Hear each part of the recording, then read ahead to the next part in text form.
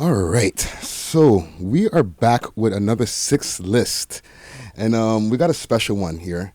To me, is a very special one because it's a personal one for me as well, right?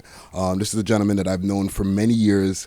You know what I'm saying? I've seen him grow through life and through his accomplishments as well. You know what I mean? So I'm very proud to be able to sit with this gentleman here today and get our chop it up on. You know what I'm saying? Yes, sir. So with no further ado, we have Antwi BUNZ Atuahene. Down again, they searching for my wave so they can steal my flow again. And I got bars, though I'm no Drizzy Drake, maybe close. Ghost Rider or not, that man's the GOAT. Don't even go in depth, they broil your ass to death. You know what I'm saying? And for a lot of people who see him on Instagram and stuff like that, they see him as Noir. You know what I'm saying?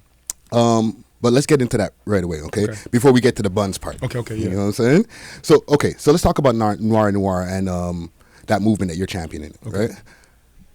And the website, because you got the website pumping, you know what I'm saying? It says you specialized in event culture, creative design, content and storytelling, marketing, consulting, and merchandising. That's a lot of stuff, man. So, like, tell us about that whole movement and how that came together. Perfect. Well, first of all, I'm definitely honored to be here. Friday to me is like one of my big brothers in the city that really taught me how to not just hustle, but do it effectively. You know, when I was 16, 17 years old, backstory, before we get directly into it, Friday used to pick me up, drop me at the studio, come back, drop a 16, or he'd be writing his 16 on the back of a McDonald's bag, come to the studio, we're doing mixtapes and making sure everything else is coordinated, running like an enterprise by himself. And that put that in my head at a young age of being an entrepreneur. So I always thank him and look up to him for that. Yeah, so I appreciate that, man. Noir started off as Ball Noir years ago, Yeah. and which was just basically something that I would do for the city in terms of community events. I started with my T-Dot shirt because I traveled so much. I wanted something that can represent my city everywhere I go. So I had that T-Dot logo. And over time, as I matured, I wanted to take the ball out of it so I can be a lot more versatile in things that I was starting to do. So we changed it, or we modified it to Noir, kind of like Rockefeller going to Rock Nation. And by this time, I was already in the fields of marketing, event planning, doing luxury events, brand managing for players and artists as well at the same time. And it's consulting for a lot of, being the middleman between a lot of deals. Things that the NBA agents and the players are having miscommunication, I'm the middle person in between that, communicating for both sides. So things, I was doing stuff like that. And obviously the ethos of Noir is storytelling. So most of our work or our events or our merchandise all tell a story. Like with our Kings merchandise, I want people to be able to look at all those names, and even if they don't know who they are, go do the research. So now when you're wearing something, you know the storyline behind it, and vice versa with the Queens. Even a lot of the events is geared towards integrating sports, entertainment, educating a little bit, and then merchandise all in one. So you're getting an experience without even thinking. You're getting to the experience like, this is amazing, but when you leave, like I purchased a shirt, I learned a little bit about my culture, I had fun watching a basketball game, and I heard some dope music. So it's all in one that you're getting without even noticing. So it's that fusion or that integration what makes us stand out and be pretty special. So like Noir is like more of a lifestyle than anything. It's more of a lifestyle brand. It's more of a yeah. lifestyle brand. That's what we curate it as. And it stands for, it doesn't literally stand for black on black. It's like black woman, black man, but it just stands for just being excellent in anything you do. There's not really a color pattern towards it. It's just really in the fact of trying to be the best in what you do, be excellent, practice great habits. And even like to piggyback on black excellence, you know what I mean? It's a term that I've seen grown through 2018. You know what I'm saying? It's become like a prominent term that a lot of people have been using in the media. What is black excellence to you, like, and the importance of it? Well, for me, black excellence is a mentality. It's being proud of who you are and where you're from, and sharing that message equally in the right way. And what it means to me, my parents are from Ghana. I come from a rich African background. My father was a Black Panther. So I grew up differently. I grew up on the Malcolm X. I grew up on the Eldridge Cleaver. I grew up on, Huey P. Newton. I grew up on understanding these different things. So now when I put it into my work, I have the research behind me that can back it up. So black excellence to me is more so understanding where you're from, being proud of where you're from, and helping other people understand where they're from, be proud of where they're from as well. Yeah. You know, that's what it really is. Yeah, yeah. And like, you know, and we're gonna go through all these different things that you've gone through, right? Mm-hmm. For somebody who's been through basketball, right, like into the sports, somebody who spits hot fire, Mm-hmm. you know what I'm saying? What inspired you to start this brand in the first place? You know, it wasn't really so much of an inspiration. It kind of just happened organically. Just like with starting Ball Noir started, we're like, you know what? I'm traveling in all these cities. I was the first guy really championing Drake or championing all these other people from our city while I was playing basketball at Arizona State or in college. I was making sure people knew about my city and the music and where I'm from and our culture. So I felt like I needed something that can symbolize that. And that's how Ball Noir started. And now it just literally, it grew legs and matured into Noir and Noir as I matured. Yeah. You know, so it's organic. Okay. And I see you like on IG with like rocking a lot of the clothes and even like the dope jacket you got right now, you know what I mean? And a t-shirt, right? And you got like different people. Like first of all, you got big names like Bernadette from Glam Squad. Who else? You got DJ Yasmina. You got all these different people rocking the brand. Like, so how did you connect to start getting the branding on all these different entertainers and stuff? You know what? And this is the true story. The background of all of this stuff is I try to give everyone, I treat everyone like they're a celebrity. So it doesn't matter to me of how much of a following they have or what their name is. Anybody who's rocking my brand, I try to repost it and give them that love the same way. Yeah. And because of my network already, it was cool for the fact that I knew these people beforehand and they supported it. So it was like automatic, like, okay, you support my brand, I support you. You'll post it and it'll be organic. Yeah. I don't like to force anything. I understand like one day someone who bought your brand can be like a quote unquote nobody, if you want to say that. And in 6 months they have 10.5 million followers and they're the biggest rapper or the biggest entertainer or the biggest whatever they are in their field. Yeah. So I put everyone in the same playing field. There's no red carpet for me. Definitely. And okay, so let's go back. All right. You grew up in Rexdale. Yes. Notorious hood, you know what I'm saying? What was that experience like for you, like pre-teens going into teenage life? Growing up in Rexdale, Deuce and Trey's, Humberline, it was an experience that molded me for life because I seen so much at a young age. And always being like the 12, 13-year-old, hanging out with guys that were 16, 17, 18 sometimes, and made me mature faster. And just being, I had to become street smart. Yeah. I had to become street savvy. I had to pay attention to people's body language if I didn't know what they're saying. I had to understand what crowds I need to be involved in and what crowds I don't need to be involved with. I want to be successful. Yeah. I couldn't make the mistakes I've seen other people make, which landed them in a bad situation, or I wouldn't be successful. Yeah. So I think growing up in Rexdale helped me with everything I'm doing in life. Like there's nowhere I don't go in the world and I feel comfortable. And I've lived in Juarez, Mexico. I'm in the third ward in Houston. It don't matter. I'm comfortable everywhere because I grew up in Rexdale. Yeah. It's like having survival instincts, you know. So it molded me on that end. On top, it molded me to be like a very versatile individual because I wanted to be the best in everything. So whether we're playing basketball, whether we were rapping, whether we're playing baseball, whether it's like who's gonna get that chick, whether it's gonna be like who's dressing the flyers, that's Rexdale's super competitive. Yeah. It's ultra competitive, so I wanted to compete. And it taught me to compete with every and anybody. It doesn't matter who you are and where you're from, that's how I was. Yeah. So Rexdale's huge for me. It's everything. And even like from a young age, you're playing ball, you're rapping. Which one of the two was your first passion, basketball or rapping? Basketball was my first passion, but music was, before I started rapping, music was a big passion of mine growing up because my father had all these records.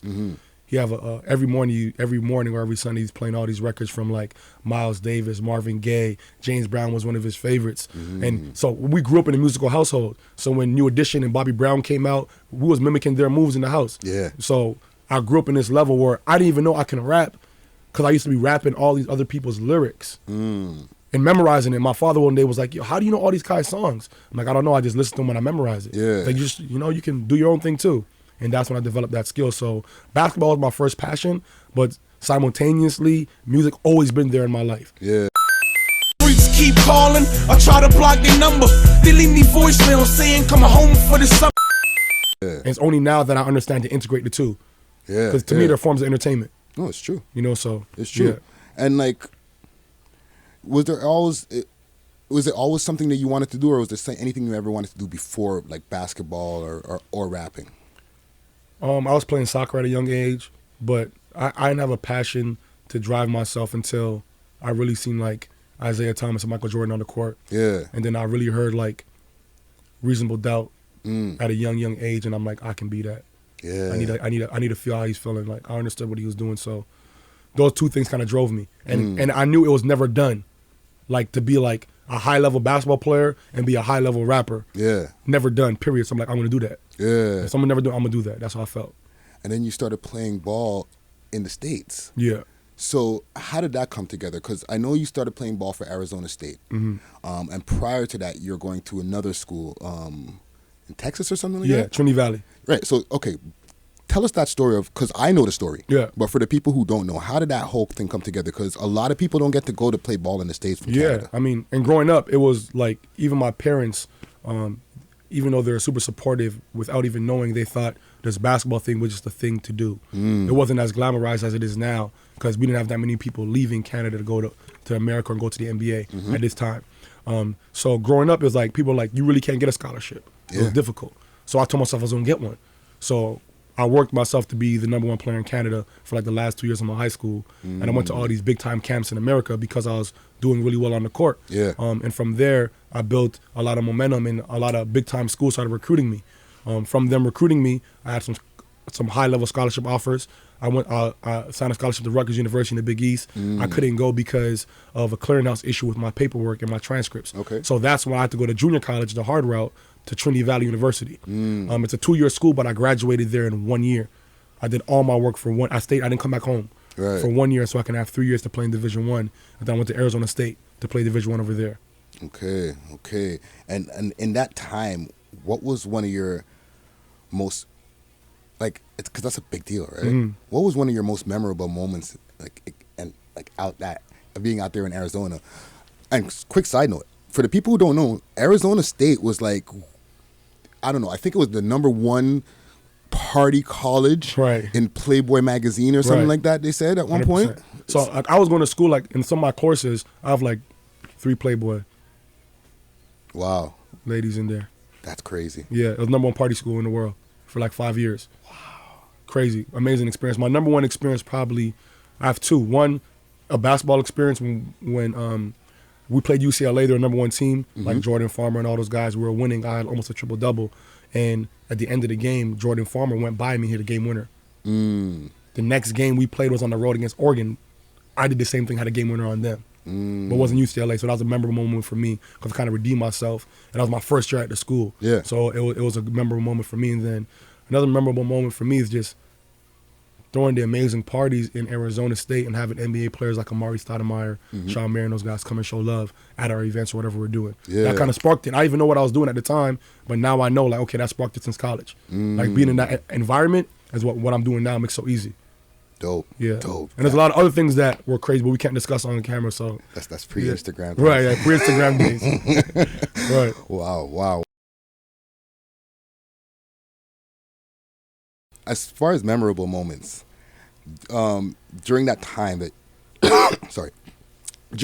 you were going through, you know, all of this crazy basketball moments and stuff like that in Arizona State, there was the time in front of the Phoenix nightclub, right? Okay, where we met. All right, I was outside the club handing out some flyers for my mixtape, The Connect Volume 2 at the time. Do you remember what you told me?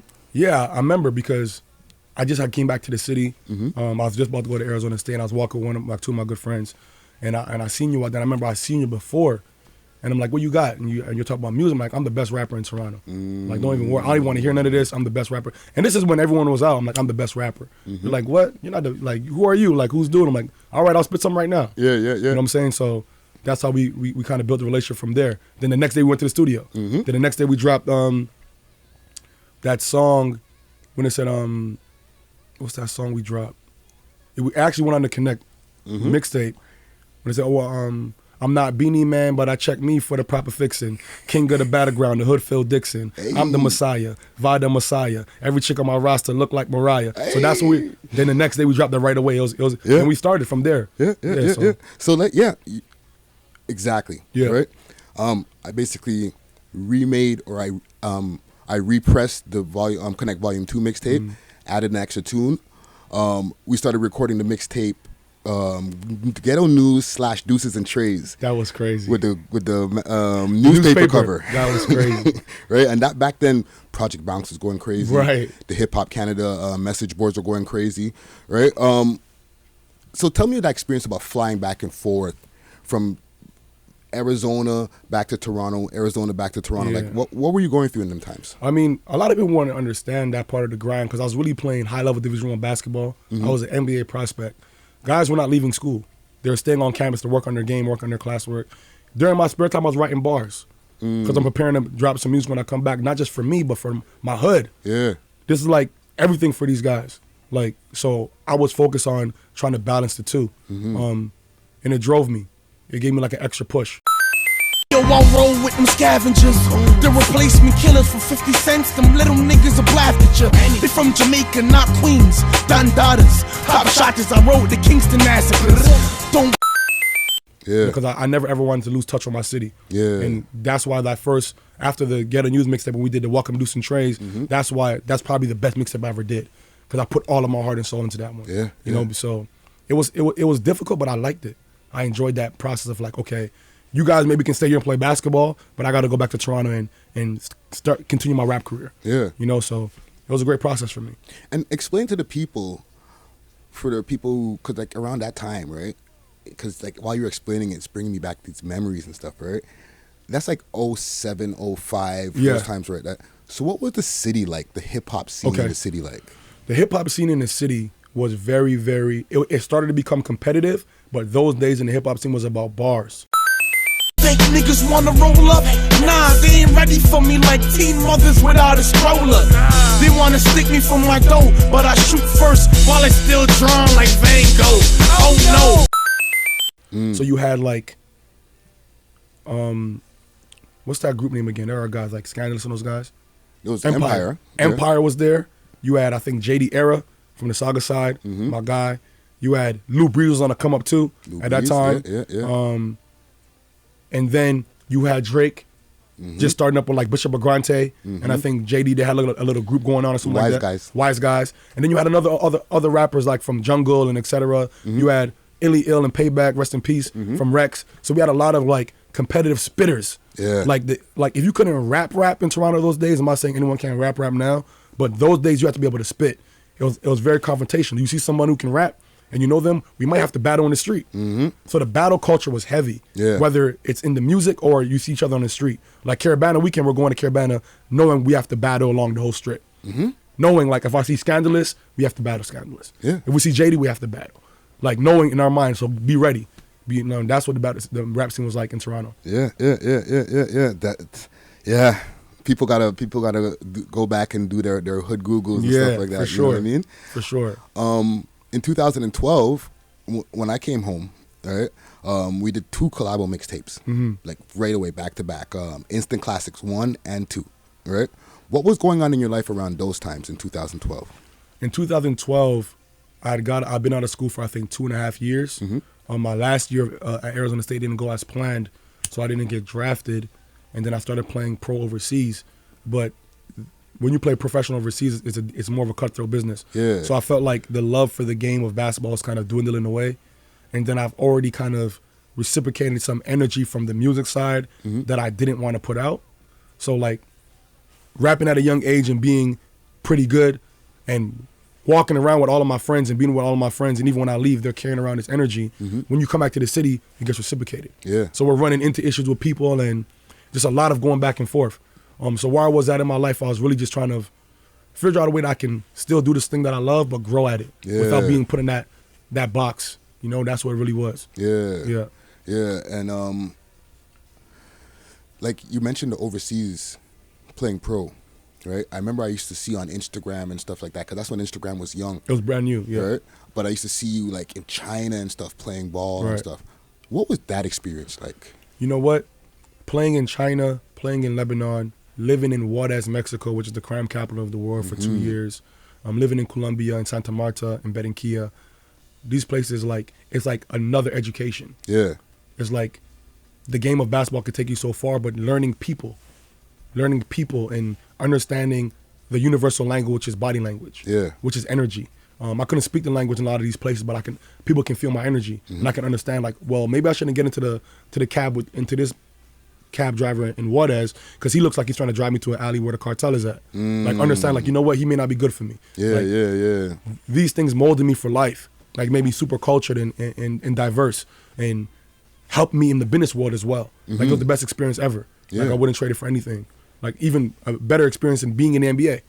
A lot of guys you see in the NBA, you guys don't know, they're squares. They're not really, don't think because they have money or in the league like they're cool. They're not really cool like that. I'll tell you that from now.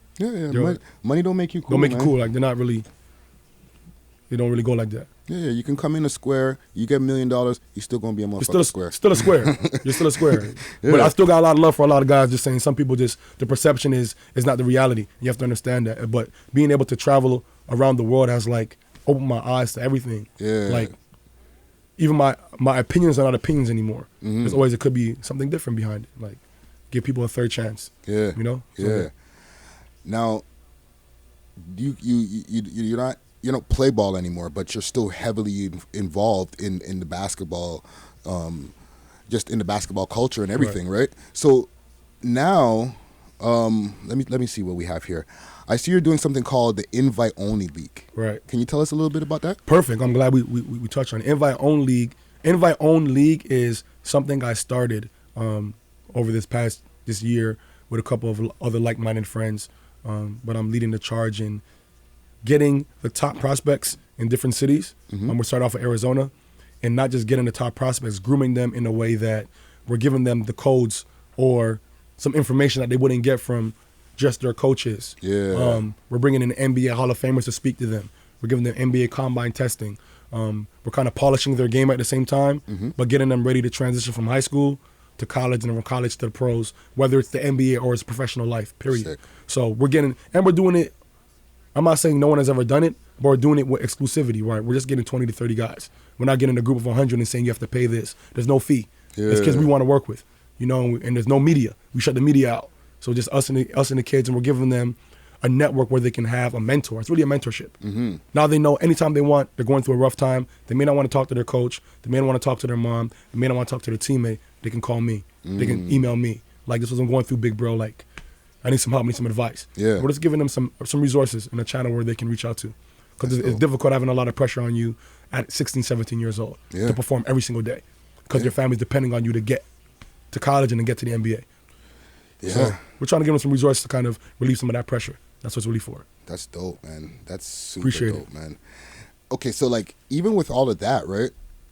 Like, this life skills and lessons that you've learned through basketball in Arizona and, like, overseas and stuff like that, and in the rap scene, like, especially in that crazy time in the rap scene back in those times, right? Do you feel that they've transferred over to your current endeavors? 1,000%. They transferred over before I knew it. I didn't understand it yet. And then when I understood that these skills were transferring over, I started looking for other skills I can transfer over into my actual professional endeavors in my real life. Now, everything is like an integration from a collaboration because I'm a versatile individual. So I collaborate all these different things and I put it into a pot and I give it to someone so they can learn it. It's literally what I do with everything. And I put the medicine in the dessert. I sneak it in. They don't understand what's going on until they leave. Like, okay, I came to your event. I heard a new rapper. I played basketball, and I'm wearing a Queen shirt that has Nefertiti. I don't even know who that is. Let me research it. Okay, now I know. Okay, now it makes sense. You know? So it's literally all in one. Just giving them culture, like architects of culture. Pretty much. Dope. Okay, so let's talk about, you know, as we speak about culture, right? Afro Culture Weekend, right?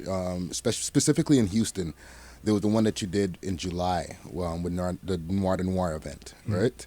Tell us a little bit how that came together, and just the whole Afro Culture Weekend in general. So a lot of people don't know this, but I think Houston has the #1 population in North America with Africans and pretty much like Nigerians and Ghanaians, West Africa, really? in North America. So it's a heavy African population there. I have a couple of cool business associates that were, and guys who were playing like on Houston Rockets that were from Africa. And I wanted, and this is the time that Black Panther came out. Yeah. Right? So the whole thing was this Wakanda Forever type thing. So I wanted to educate people about kind of African heritage without throwing it in their face. So I kind of did like a whole weekend of events which people can have fun but learn at the same time. And I think the last event I did there was the Black Excellence Brunch. Okay. In Houston on the Sunday at the Four Seasons, Yeah. which was we got a chance to speak. We got a chance to create community, create a village within each other, and network with each other, and eat some good food at a great establishment. So I think that was like the capper of everything, and it came about by just me thinking of, let me find a way that I can evoke some change and evoke some conversation, and that people start, let's dig deeper into who we are as people. So now our kids growing up can be on a higher playing field than us. That's how I was thinking. Dope. Yeah. And even like you hooked up with like some big name partners like the Four Seasons, Remy Martin, Ebony Magazine. Right. Like for young entrepreneurs out there, like how do you connect with brands like that? You know what I mean? The main thing you have to realize as a young entrepreneur going into brands is either you're leveraged or you're being leveraged. So what can you offer their problem? Every business has a problem. You have to figure out what their problem is. Now you have to be the solution seeker. So before you go into all these meetings or even seeking help or collaborations, find out what the solution is to their problem ahead of time and be ahead of the curve. Yeah. So now when you're speaking or when you're involved in these negotiations, you have all the leverage because I know what your problem is. Your problem is connecting to the African demographic or the people from the African diaspora. Yeah. Cool. I already got that in the back end. So now when I approach this negotiation while we're speaking, I sprinkle it in there. Okay, I know what you guys need. Well, this is what I already have. And now you're ahead of the wave. So going into that, you have to understand the solutions and the problems of a lot of these businesses, and understand the people running these businesses are more alike than not to you. Yeah. They're more like you. So when you know that, it's half the battle. Yeah. You know? Like that's my relationships now. I don't even deal with the presidents of these companies now. Like I don't even talk to anyone else. If you're not talking to the president, I can't talk to you. Yeah. Because I'm going to the top of the food chain now because I built it to that level. I didn't come and talk about I want to talk to the president. Yeah. I talk to the custodian first and get him on the ground, and then I can go to the president. So now that's where we're at. Dope. Even like, yeah, man, that's super dope because like a lot of people are trying to get in, and then when they're in, they're like, how do I go further, right? Right. So this is very important jewels for people. And I'm doing seminars next year, 2019, only in Toronto. Seminars only in Toronto. I'm only giving game for people in Toronto because my job is to take all this information from all the other places in America and overseas, wherever, and give back to my city. You know, and doing it 2019 for sure. Dope. I have two differences questions because you mentioned a few times during our conversation here about how you connected with the African community in these different places like Houston and over here in Toronto, like there's in Rexdale and different places there's a heavy African community, right? Do you think what's the difference between the African community here or just in all places and the West Indians that migrate over here? You know what it is? It's really, it's deeper because I'm sorry to interrupt you. And as somebody who's been living in the States, add the American, just the Black American also into there too. So for some reason, because of history, you have to dig deep. Because of history, all three, from Africans, from the African culture, from the West Indian culture, and African Americans, all three have been put against each other without them knowing it. So there's always this underlining competition of we're better than you when we're all the same. Yeah. Through slavery, through heredity and environment, it's just way deeper than what we can fix on the surface. So that's why you have the African Americans that say, Africans say we think we're better than them. Yeah. And then you have the West Indian people that say, no, I'm not African. I'm from Jamaica. I'm not African. Or I'm from Trinidad. I'm not. And then you have the Africans rebelling versus them saying, no, you're not African. You are from where you're from. So there's not all, and this not for all people. Some people do get it. Yeah. There's a disclaimer, not all people. But there's always that underlying competition because in history, we've been put against each other already. In history, we were selling ourselves to people. We were being sold. We were selling our own people. So already we're putting against each other. You know, and that's why even like Jay-Z said it in his in What's Free, and Meek said it, like, you'd rather put a hole in your friend, and these record companies are taking money from you guys. You know, so it's always that competition, the underlying factor. And I feel like I don't know if we can get to a solution yet, but I think it's work in progress. But there's definitely always competition between all three. We don't see each other as one being. Yet. We don't understand that. They don't, like, when you're getting pulled over in America, and they don't care if you're West Indian, if you're from Nigeria, or if you're from Cleveland, Ohio. You're the same thing. They don't care about that. So until we realize that we're all the same thing, we're not gonna move forward. Facts, super facts. Even to continue with like that differences question, right? As somebody who's been in the States for so many years and been going back and forth between the States and Canada, right? What do you see as a big difference between Americans and Canadians? I feel like here's the biggest thing, and it's an easy one. In America, for sure, I can be walking down the street, and 98 or 95% of even the neighborhoods that are like tough neighborhoods, and because I'm black and they're black, they'll say what up to me. What's up, brother? How you doing? Right away. In Canada, or Toronto per se, you see somebody that looks like you, and you don't even know where he's from, and automatically you're screwing your face at him. Or you're having this long stare down competition for 11 seconds while you're walking by each other. Like, what are we doing here? Like, why are we just staring at each other for no reason? Are we going to acknowledge each other, or are we not? Like, in America, they'll see you in the airport. What's up, brother? How you doing, brother, man? Everything good? He can be the hardest gangster in the world. In Toronto, can be the biggest punk, but he's looking at you like he wants to do something to you, and you don't even know this guy. Like, why are we having this stare down competition? Like, that's the biggest thing I already noticed. Like, even it's running with this notion of the screw face capital. Like, why are we screwing our face at each other for what? We don't even have a problem with each other, but we're screwing our face. I don't even know you to have a problem with you. But the person that I really got a problem with, I'm not even screwing my face at him. I'm mad at him. But you're screwing your face on a complete stranger. That you don't know. Like, it's mind-boggling. Okay, so that is a 100% major issue. You people get mad at you in America when you do not speak. You ain't see me, bro? Like, what's going on? What's up? How you doing? You good? You must not be from here. Just like that. Just like that. You're supposed to speak. Dope. What can we expect from you? And I call you Buns. I'm so used to calling you Buns rather than Antwi. Right? Where'd you get the name Buns from? When the Belly movie came out, in my neighborhood, all the older guys, because I don't remember how old I was, but I was real young, like a preteen. I was like a teenager. I used to come out and impersonate DMX.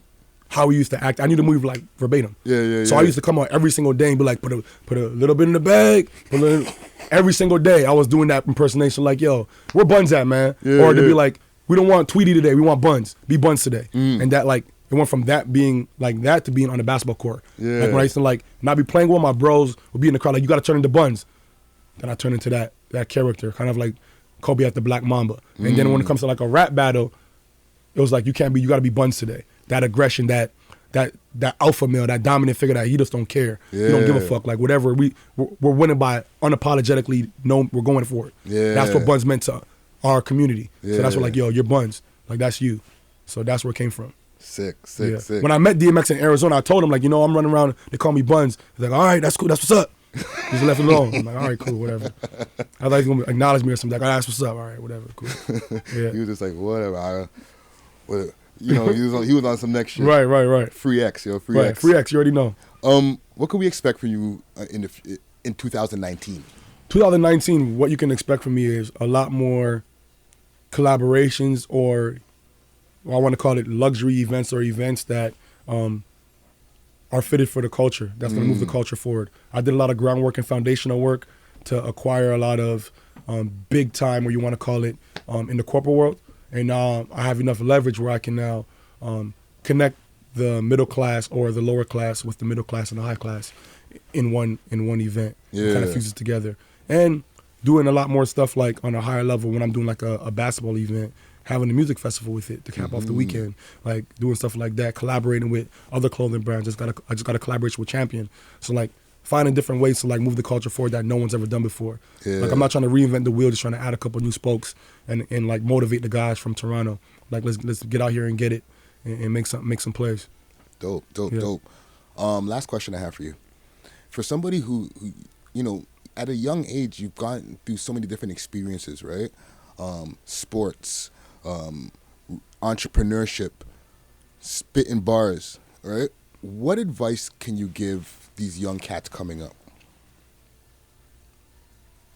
The biggest advice I can give these young kids coming up is if you want to be great at anything, do your research. Growing up, I was a human encyclopedia, meaning I knew everyone's stats, not just in high school, not just in college, but in NBA. I soaked it. I knew everyone's bars.